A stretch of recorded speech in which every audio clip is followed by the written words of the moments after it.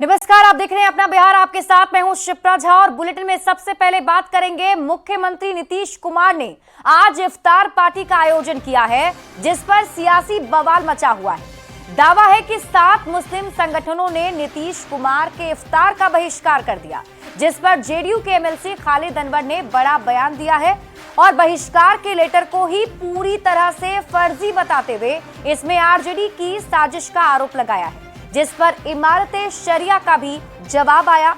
इमारत-ए-शरिया के महासचिव ने दावा किया है कि लेटर पूरी तरह से असली है और इस फैसले में आरजेडी की कोई भूमिका नहीं है। तो ऐसे में सवाल है कि बहिष्कार के लेटर पर कौन सच बोल रहा है और कौन झूठ। और राष्ट्रीय जनता दल ने कुछ लोगों को बुलाया परसों अपने यहाँ खाने पे, जिसका फोटो भी वायरल हो गया है। उन लोगों के द्वारा एक फर्जी लेटर जारी किया गया है, जिसमें 1-2 ऐसी ऑर्गेनाइजेशन का नाम है जिन्होंने कहा कि हमारा इससे कोई लेना देना नहीं, और वो लोग आ रहे हैं अफ्तार पार्टी में। और 2-1 ऑर्गेनाइजेशन ऐसी है जिनका बिहार से कोई लेना देना नहीं, उनका नाम दिया गया है। तो ये सब यानी एक लेटर पैड पे कुछ लोगों का नाम लिख करके आप 2 करोड़ मुसलमानों की नुमाइंदगी नहीं कर सकते।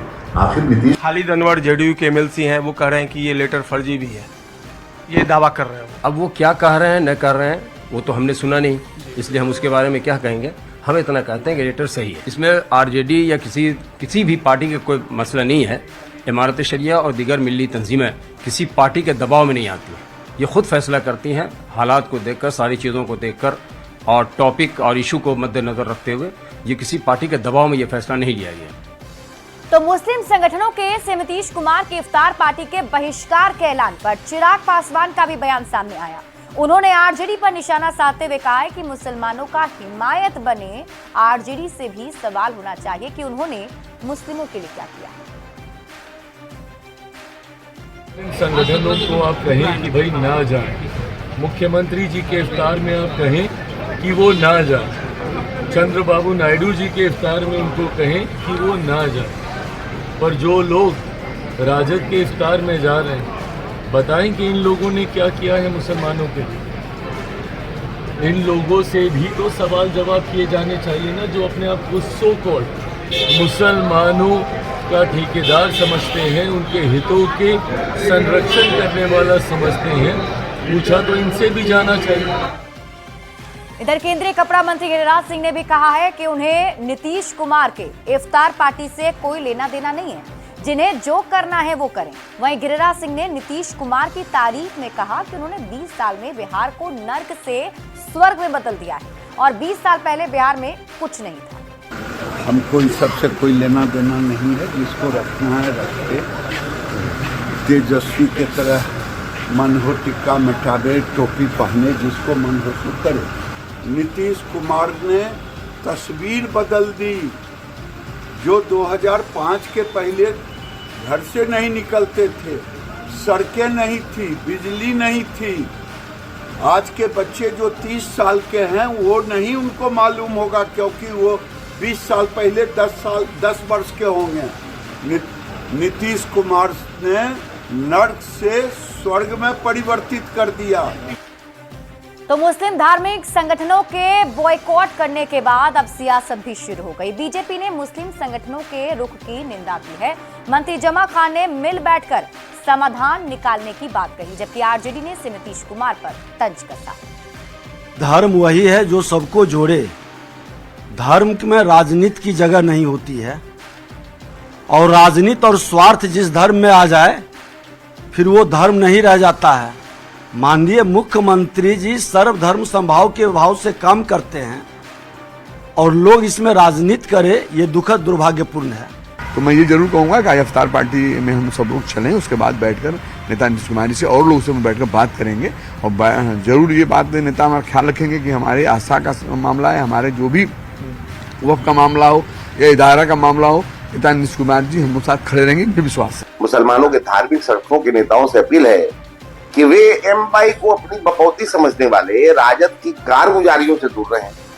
उन्हें सिर्फ आपके वोट बैंक से मतलब है, जबकि सीएम नीतीश कुमार एनडीए के सबका साथ और सबका विकास के संकल्प के साथ बिहार का विकास और आपसी सद्भाव के साथ चल रहे हैं। आप भारतीय जनता पार्टी के साथ जाके चिपक गए, सत्ता के खातिर। और भारतीय जनता पार्टी जो हर रोज समाज को बांटने की कोशिश करती है और समाज को बांट रही है, और आप कुछ नहीं बोल पा रहे हैं। उनके विधायक बोलते हैं, समाज को गाली देते हैं, आप चुप रहते हैं, मौनी बाबा बने हुए हैं। तो सर चिंता मत करिए, अभी तो कुछ लोगों ने आपका बॉयकॉट किया है, जनता दल यू का बॉयकॉट किया है। 2025 में बिहार की 14 करोड़ जनता एनडीए और आपको बॉयकॉट करनी जा रही है। पूर्वी चंपारण के कोटवा में स्वर्गीय यमुना यादव की पुण्यतिथि में लालू प्रसाद शामिल हुए। लालू प्रसाद ने यहां सभा को संबोधित करते हुए कहा कि तेजस्वी यादव को सीएम बनाना है। लालू प्रसाद ने कहा कि तेजस्वी को सीएम बनने से कोई माई का लाल रोक नहीं सकता। लालू प्रसाद ने माई बहन योजना का भी जिक्र किया है। तो बड़ी खबर आपको बता रहे हैं और लालू प्रसाद की तरफ से बड़ा बयान दिया गया है। आज लालू प्रसाद ने एक संबोधन के दौरान कहा कि तेजस्वी यादव को सीएम बनाना है। ये तस्वीरें आपके टीवी स्क्रीन पर आपको दिखा रहे हैं। पूर्वी चंपारण पहुंचे थे लालू प्रसाद यादव, जहां उन्होंने बड़ा बयान देते हुए कहा कि तेजस्वी यादव को सीएम बनाना है और उन्हें सीएम बनने से कोई रोक भी नहीं सकता है। लालू प्रसाद ने माई बहन योजना का भी जिक्र किया है। तस्वीरें आपके टीवी स्क्रीन पर आपको दिखा रहे हैं। ये उस वक्त की जब लालू प्रसाद मंच पर मौजूद थे और मंच से उन्होंने लोगों को संबोधित किया और एक बार फिर से ये अपील की और कहा कि तेजस्वी यादव को मुख्यमंत्री बनाना है। देखिए, पटना से मोतिहारी जा रहे लालू प्रसाद यादव का काफिला मक्के की रोटी और बथुआ साग के लिए रोक दिया गया। दरअसल लालू प्रसाद यादव मोतिहारी जा रहे थे और इस दौरान भगवानपुर में आरजेडी नेता केदार यादव मक्के की रोटी और साग लेकर पहुंचे थे। बताया गया कि लालू जी के यहां से फोन किया गया था कि लालू यादव को साग और रोटी खाने की इच्छा है। फिर क्या था, लालू भक्त केदार यादव रोटी साग लेकर पहुंच गए और इसी दौरान कार्यकर्ता भी काफी उत्साहित दिखे, जिनका लालू यादव ने हाथ हिलाकर अभिवादन भी किया और उसके बाद साग रोटी की पोटली लालू प्रसाद की गाड़ी में रखवा दी गई और उनका काफिला आगे निकल गया। केदार यादव ने बताया कि लालू यादव गरीबों के भगवान हैं और उनके लिए कृष्ण, इसलिए सुदामा बनकर अपने घर से मकई की रोटी और बथुआ का साग बनवा कर लाया। पसंदीदा चीज है वो आज लालू बाबू साग और रोटी हम लोग देने जा रहे। लालू बाबू को पसंदीदा चीज है वो आज लालू बाबू साग रोटी खाएंगे, क्योंकि गरीबों के भगवान है और गरीबों के भगवान है, इसलिए गरीब का चीज है। हम लोग आज लालू बाबू को प्रेम से यही मकई की रोटी और साग देंगे, लालू जी ग्रहण करेंगे। बढ़ेंगे आगे। महान योद्धा राणा सांगा को लेकर समाजवादी पार्टी के सांसद रामजी लाल सुमन के विवादित बयान पर सियासत सुलग गई है। केंद्रीय गृह राज्य मंत्री नित्यानंद राय ने सपा सांसद पर हमला बोलते हुए कहा कि देश के ऐसे लोग जो बाबर और औरंगजेब से खुद को जोड़ रहे हैं और महाराणा प्रताप, शिवाजी राव और राणा सांगा का विरोध कर रहे हैं, उनकी मानसिकता तुष्टीकरण की है। ये देश को नुकसान पहुंचाना चाहते हैं। नित्यानंद राय ने कहा कि ये लोग विदेशी आक्रांताओं को महान मानकर उनकी पूजा कर रहे हैं, ये लज्जाजनक है। वैसे जो बाबर से अपने को जोड़ रहे हैं, औरंगजेब से जोड़ रहे हैं, राणा प्रताप, शिवाजी और राणा सांगा की का विरोध कर रहे हैं, वैसे लोग की मानसिकता जो तुष्टीकरण की है वह देश को काफी नुकसान पहुंचा रहा है। विदेशी सुरों के साथ भी सुर मिलाने लगते हैं और विदेशी आक्रांताओं को भी अपना महान व्यक्तित्व मानकर उसकी पूजा करने लगता है। देश इसको देख रहा है और यह बहुत ही लज्जा की बात है और यह घोर आपत्ति। केंद्रीय गृह मंत्री अमित शाह 30 मार्च को गोपालगंज में जनसभा करेंगे और इस जनसभा के तैयारियों का जायजा लेने के लिए केंद्रीय गृह राज्य मंत्री नित्यानंद राय आज गोपालगंज पहुंचे हुए हैं। उन्होंने थावे दुर्गा मंदिर में पूजा अर्चना की और प्रधानमंत्री नरेंद्र मोदी, साथ ही गृह मंत्री अमित शाह के दीर्घायु होने के साथ साथ देशवासियों के सुख समृद्धि की कामना की। नित्यानंद राय ने कहा कि अयोध्या में भगवान राम का भव्य मंदिर प्रधानमंत्री नरेंद्र मोदी के नेतृत्व में बनाया गया, जबकि बिहार में माता जानकी का भव्य मंदिर बनाने की घोषणा केंद्रीय गृह मंत्री अमित शाह ने की है।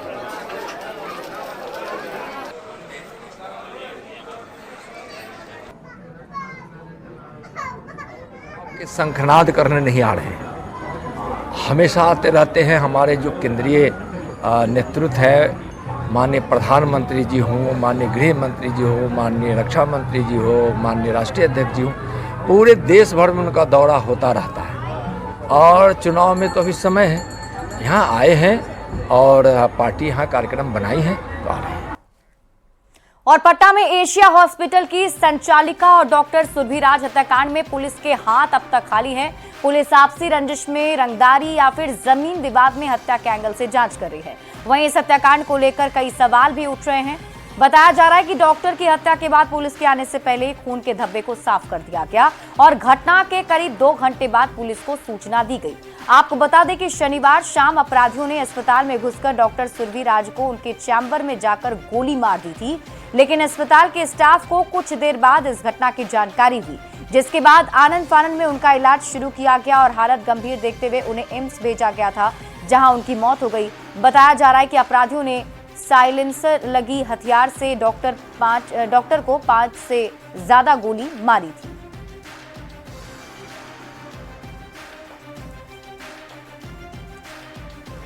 वहीं पटना में डॉक्टर की हत्या पर मंत्री अशोक चौधरी ने कहा है कि घटना हुई है तो पुलिस कार्रवाई कर रही है, लेकिन ये कोई ऑर्गेनाइज्ड क्राइम नहीं है। इस हत्या के पीछे कोई पुराना मामला हो सकता है। वैसे पुलिस पूरे मामले की जांच कर रही है। और ये तस्वीरें आपकी टीवी स्क्रीन पर आपको दिखा रहे हैं वो सीसीटीवी फुटेज जो पुलिस के हाथ लगा है और इसी फुटेज के आधार पर पुलिस की टीम कार्रवाई करने में जुटी है। लाल घेरे में आपको नजर आ रहे होंगे ये अपराधी। बाइक पर सवार होकर ये अपराधी एशिया हॉस्पिटल के अंदर घुसते हैं और उसके बाद चैम्बर में जाकर डॉक्टर सुरभि को गोली मार देते हैं। जानकारी के मुताबिक 5 से ज्यादा की फायरिंग की गई है। चूंकि पिस्टल जो है वो साइलेंसर पिस्टल लेकर वहां पहुंचे थे, ऐसे में जो वहां पर मौजूद कर्मचारी थे, हॉस्पिटल में काम करने वाले लोग थे, उन्हें देर से घटना की जानकारी मिली। ये मतलब डॉक्टर पर हुआ है एक घटना, इसकी भी पुलिस जांच कर रही है और हम समझते हैं कि कार्रवाई होगी और जो क्रिमिनल है वो जल्द से जल्द पकड़ा जाएगा। घटनाएं तो होती है, ये हम नहीं कहते हैं, लेकिन ये सब घटनाएं जो है ये आपसी रंजिश, जमीन विवाद, पारिवारिक कलह, ये सब का मामला रहता है और कोई ऑर्गेनाइज क्राइम नहीं है कि कोई बैठ करके यहाँ ऑर्गेनाइज क्राइम कर रहा है और उसको राजनीतिक संरक्षण प्राप्त है, जो पहले हुआ करता। घटना हुई है, हम ये नहीं कहते हैं घटनाएं नहीं हुई, लेकिन उस पर पुलिस कार्रवाई कर रही है। और इस बीच बड़ी खबर आपको बता दें, डिप्टी सीएम का बड़ा बयान सामने आया है। उनकी तरफ से कहा गया कि बिहार में अपराध को लेकर उनका बयान है, जिसमें लॉ एंड ऑर्डर पर उन्होंने बड़ा बयान दिया। 90 दिन में होगा बड़ा बदलाव, ये उनकी तरफ से कहा गया है और पुलिस को भी निर्देश दे दिया गया है। अपराधी जिस भाषा में समझे उसे उसी भाषा में समझाया जाएगा। बिहार में खुलकर एनकाउंटर हो रहा है।